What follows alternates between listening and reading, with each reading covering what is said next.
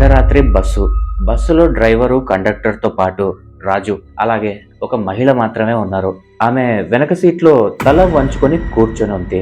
దారి నిర్మానుషంగా ఉంది. బయట పొగమంచు కమ్ముకుంది. హఠాత్తుగా బస్సు ఆగింది.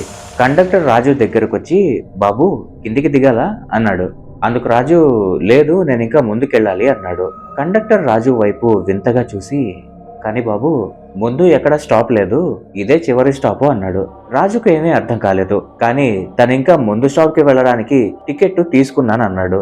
కండక్టర్ నెమ్మదిగా తన గొంతు తగ్గించి, బాబు మీరు వెనక్కి తిరిగి చూస్తే ఆ స్త్రీ ఇంకా ఉందో లేదో తెలుస్తుంది అన్నాడు. అందుకు రాజు, అవును కానీ ఎందుకు అని అడిగాడు. కండక్టర్ మొహం ఏదో తేడాగా ఉంది.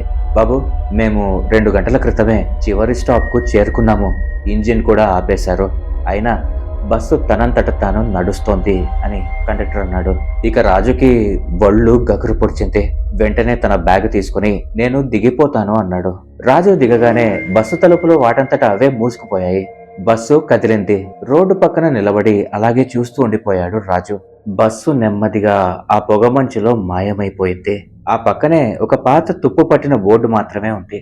దాని మీద ఇలా రాసుంది, ఈ స్టాప్ నుండి ఏ బస్సు వెళ్ళదు అని. సబ్స్క్రైబ్.